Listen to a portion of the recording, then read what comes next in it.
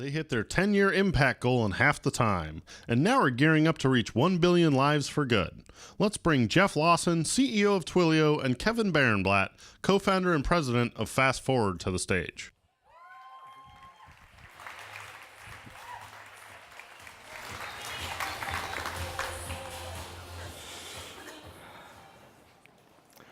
Hi, everyone.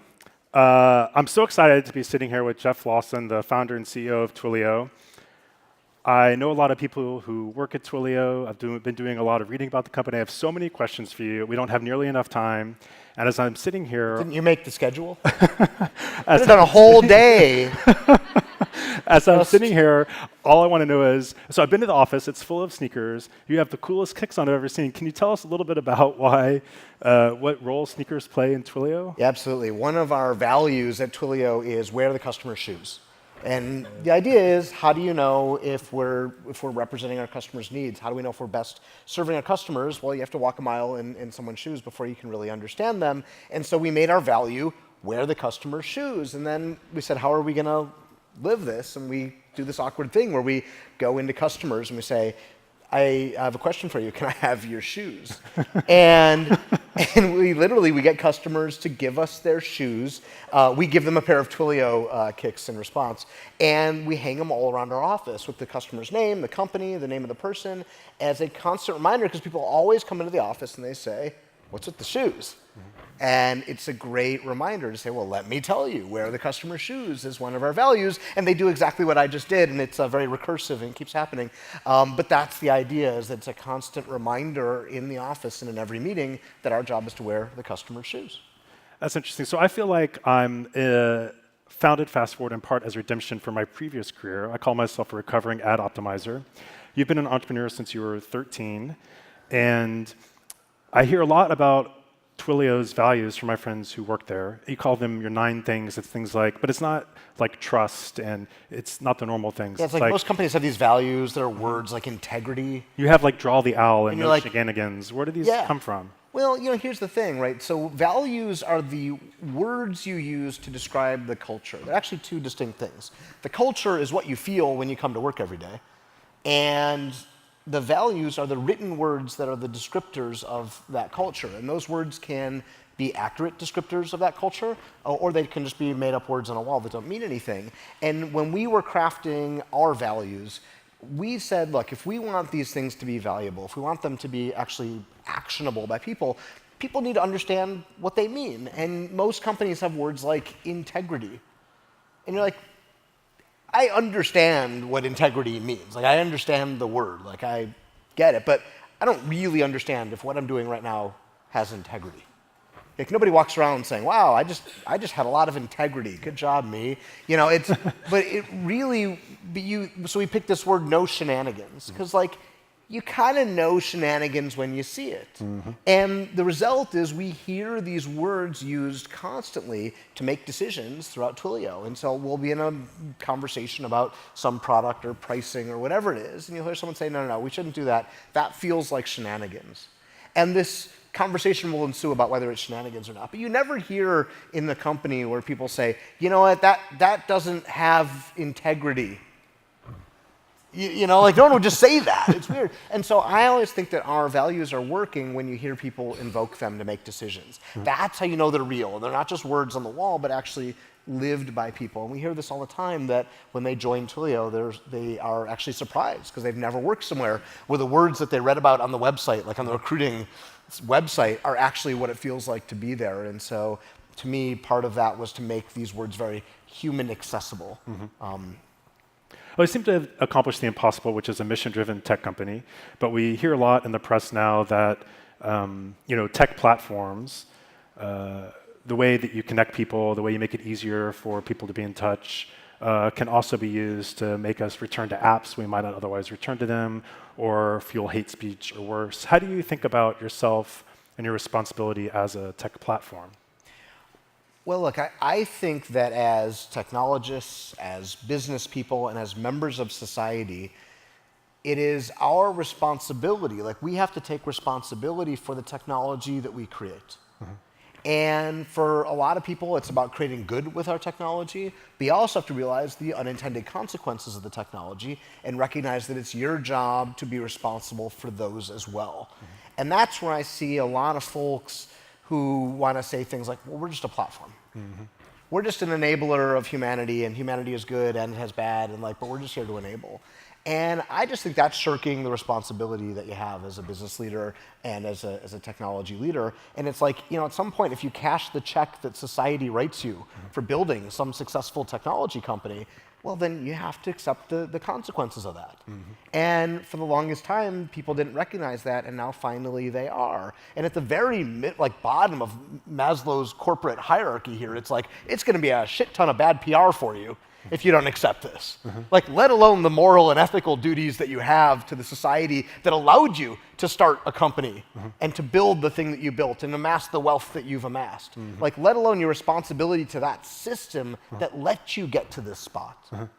But even at the very least, you can say, why don't you avoid the bad PR? That's bad for you. And it's just amazing to me how many folks really don't internalize the responsibilities that we have as corporate leaders and as technologists, because the impact of corporations is immense.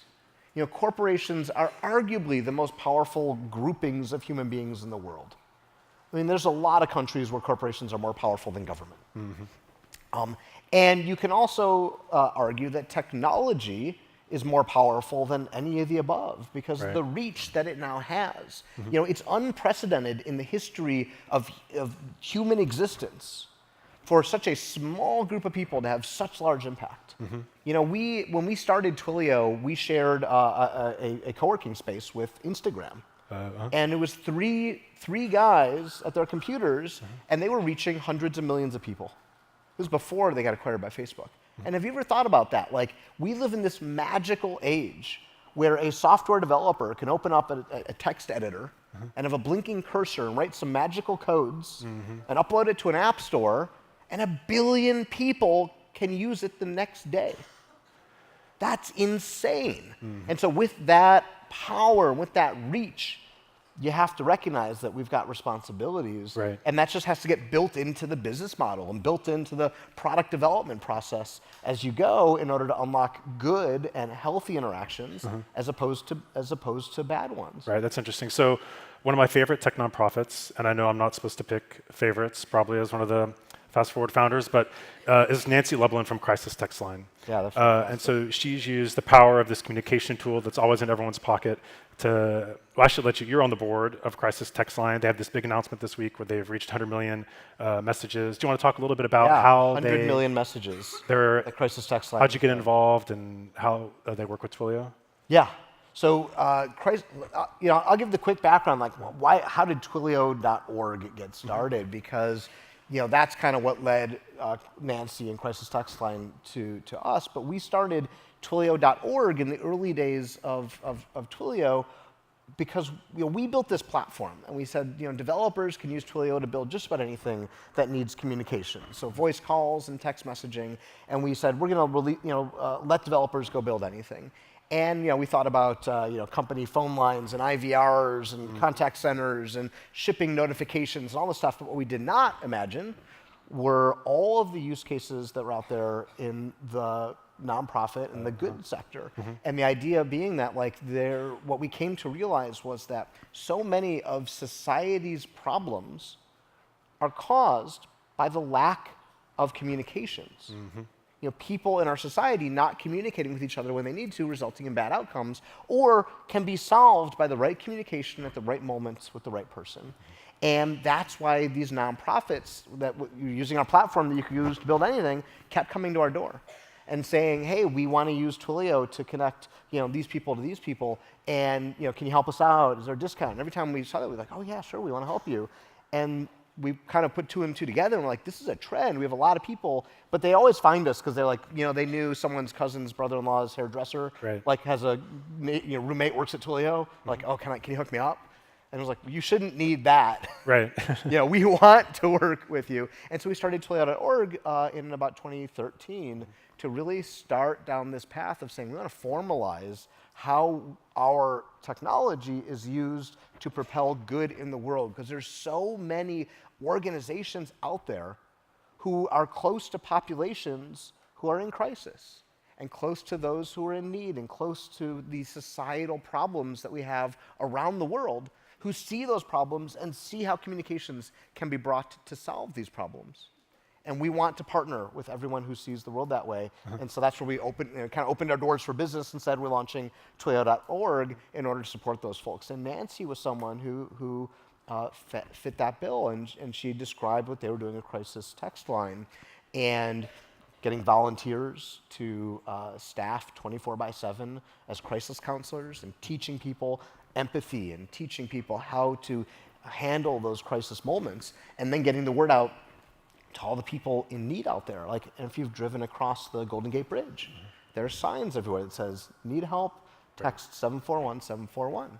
And those signs are all around the country and now around the world, helping people realize that there is assistance when they need it. And it's just an amazing, amazing organization. In fact, it came out of DoSomething.org. You just heard from Arya. On stage, right? Yeah. And it initially came because Arya and DoSomething, they were texting out these campaigns to young people. And Nancy has this amazing story. You should just go watch her TED Talk. She told the founding story of Crisis Text Line at our developer conference 3 years ago.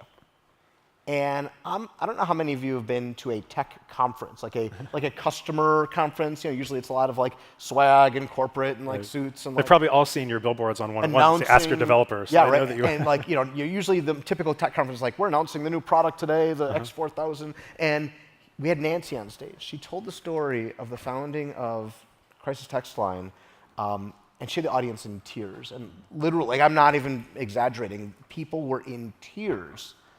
And hearing about the story of impact that a simple text message can have. And that is amazing. And her story is I'll give you the abbreviated version, which is at DoSomething, they text out campaigns to activate young people to do good in their communities. And when you're texting with millions or tens of millions of young people, it only takes one to reply to that text message saying, I'm gonna hurt myself. And when you're the organization who receives that message, you're like, what do? We're not trained, like we don't know how to handle this type of thing. And so that sent them down the path of saying, what do we do when increasingly people, there's like, just statistically, someone's gonna respond and be like, I don't know why, but DoSomething is the organization I decided who I'm gonna reach out to get help. Right. And it turns out this was happening all over the place. All types of companies that are dealing with customer interactions are statistically, like doing it at scale, statistically get people who reach out to them and claiming that they're gonna commit suicide, they're gonna harm themselves. And so the world needs an answer to this question, and they created it with Crisis Text Line, and they just celebrated 100 million messages, life-saving messages, that they have now done with the people in need. So it's crazy, right? And it's impressive. They've been working on this like 6 years, 100 million messages, and she recently told me that she expects to hit another 100 million in less than a year. Yep. That's the strange thing about the nonprofit space, is you don't want your growth always to be that bad, but it just really speaks to the impact that she's having and the need for the solution that she's created and the size of the problem. Are there other organizations out there that are using Twilio in unexpected ways? Absolutely. It is just absolutely amazing to us. Like, the creativity of developers is something that really drives Twilio, and nowhere is that more prevalent than in the nonprofit space. I mean, there's so many organizations who use Twilio to affect change. Some of the ones you've seen here, like Vote.org. Another one that I recently learned about, which is helping to fight the child sex trade and human trafficking. Well, Thorn, who I think you're going to hear from, you did hear from. But another one, Seattle, sorry, the name's escaping me now. Seattle Against Slavery is doing this amazing work where they go and they buy ads in the publications where perverts are finding child prostitutes. They go buy the ads. And when these people call the number, instead of it being someone who's peddling in child sex, they get a bot who chats with them. It's usually texting, actually. They text with them, and at the end reveals you've been texting with a bot, and you are caught. Wow. right? And we may send this to law enforcement, and what it is a deterrent. And they have a high percentage of the ads in these online forums are now actually these traps. Wow. And what it does is it provides a deterrent so that you are not willing. Their goal is to decrease the demand that will then decrease the supply. Right. And so it's amazing. Organizations like that, and everything from the big, like the American Red Cross, who uses us to reduce disaster response times by 50% by using texting to get out volunteers, to organizations like there's this researcher in the UK who used the Parkinson's Voice Initiative is the name of the organization, and they realized that they could let you call into a phone number and with 99% accuracy determine if you are likely to have early onset Parkinson's disease. Wow. You just call and you record your voice for 1 minute. They run it through an analysis, and they can determine that. And like typically these trials, they did a trial. These trials would have been millions of dollars, grant cycles, years of building it. They built it in like a week. They put the phone number out there. They got a statistically significant sample size, and they were able to prove that with 99% accuracy, a phone call could actually diagnose you for Parkinson's. And so anyway, just such a breadth of amazing stories of what people are doing. Yeah. It's crazy how quickly some of these things can be built using platforms like Twilio.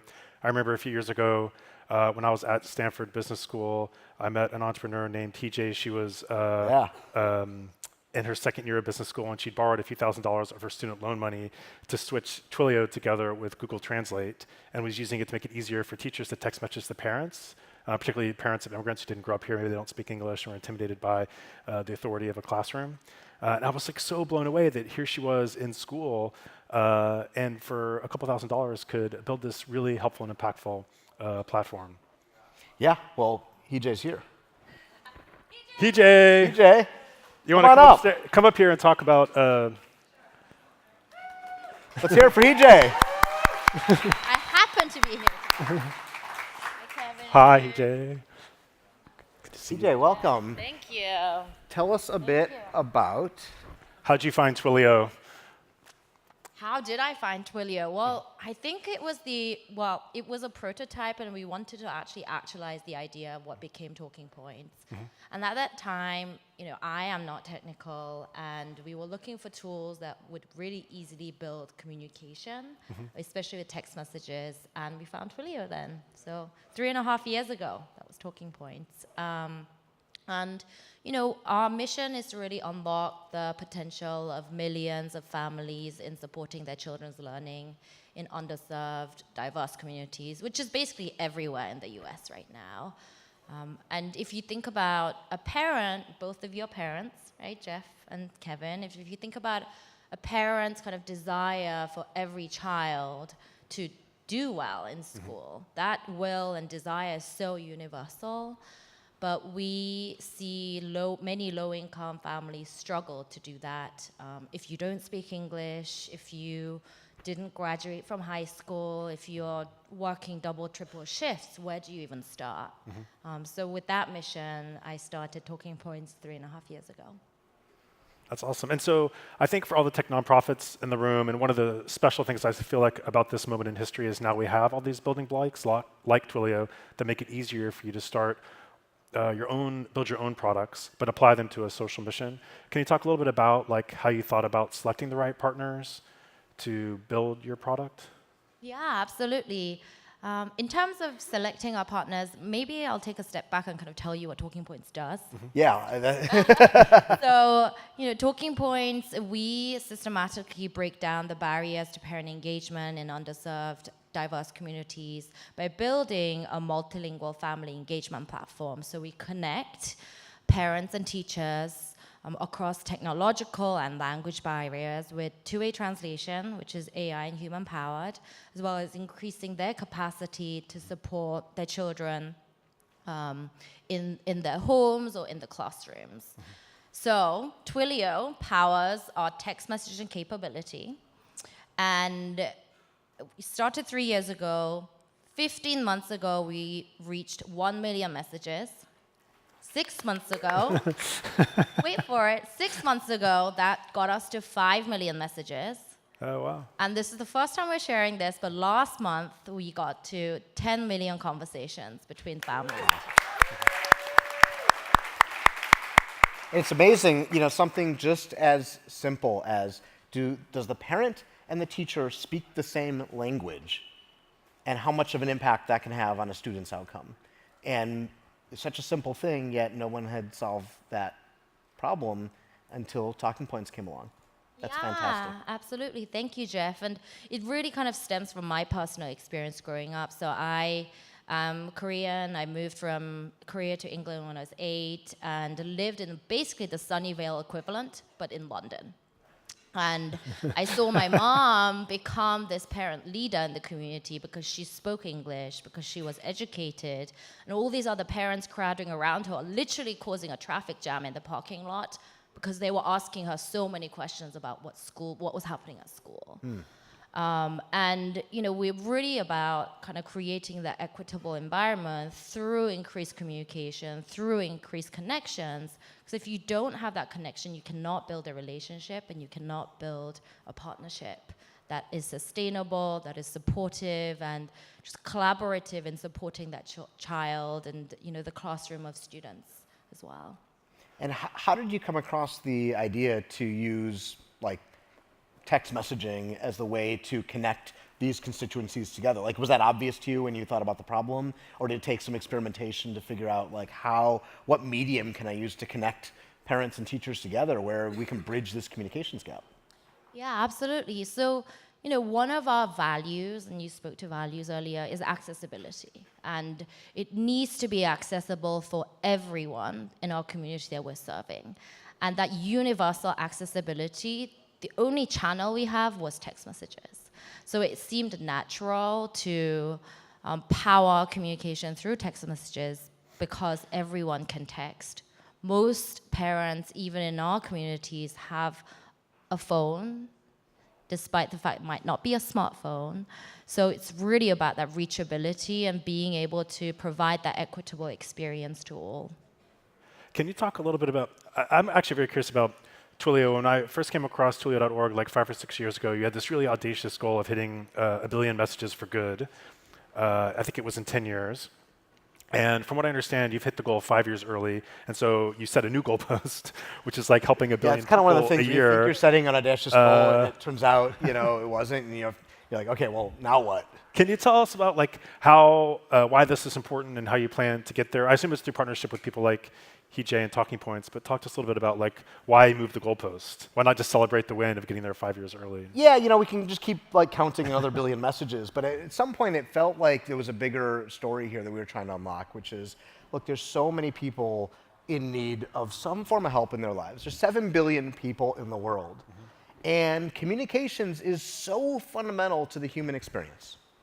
What do we do as human beings that is different than every other species out there? Well, we communicate better and we build more complex tools than any other species out there. And so wouldn't communication seem like would be the way to strengthen bonds between people and therefore create better outcomes? And we said, I wonder, if you think about what percentage of humanity needs some form of help during their life. During this year, it does not seem crazy to believe that 1 billion out of the 7 billion on this planet need some form of assistance. And we sort of said, does it seem like that's true? Yeah, it does. What if Twilio could help nonprofits that are out there that are seeing these problems, that are there to address them? What if we could help those organizations reach 1 billion people? Because that seems like we're starting to get close to the scale of the number of people who probably need some form of life-changing help in a given year. And that's how we came up with our new goal, is that Twilio Twilio.org, just the non-profit and impact aspects of the customers that we power, we want to touch 1 billion people a year with a positive impact that changes lives. Well, it's awesome.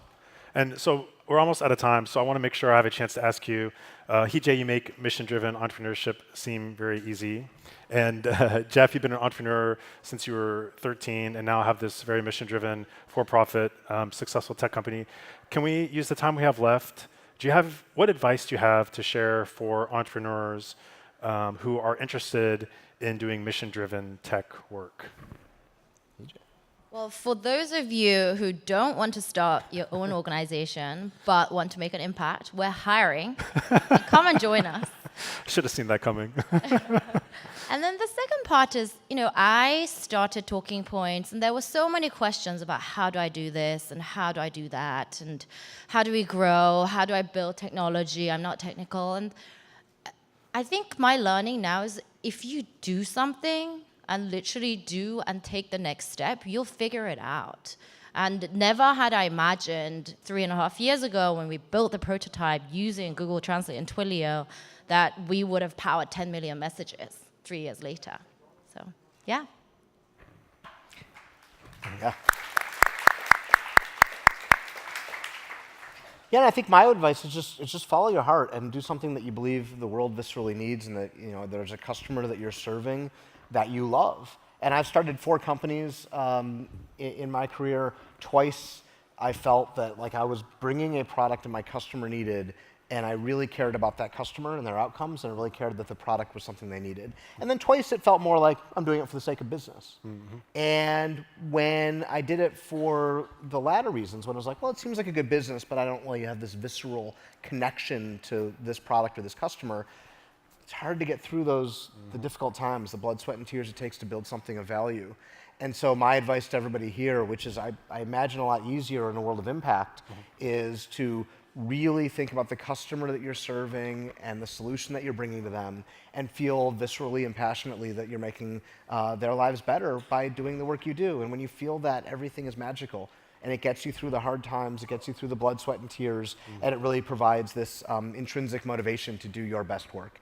And so I hope that you all have that. If for some reason you're like, I don't feel that way, I suggest find a way where you do feel that way. Find a constituency, find a problem to solve that you do feel viscerally about solving, and that will help you achieve that goal. And when you do, we'd love to help you do it. Well, thank you, Jeff. Thank you, Hijay. I really appreciate you joining us today. Thank you. Thank you, everybody. Thank you, guys. That was awesome.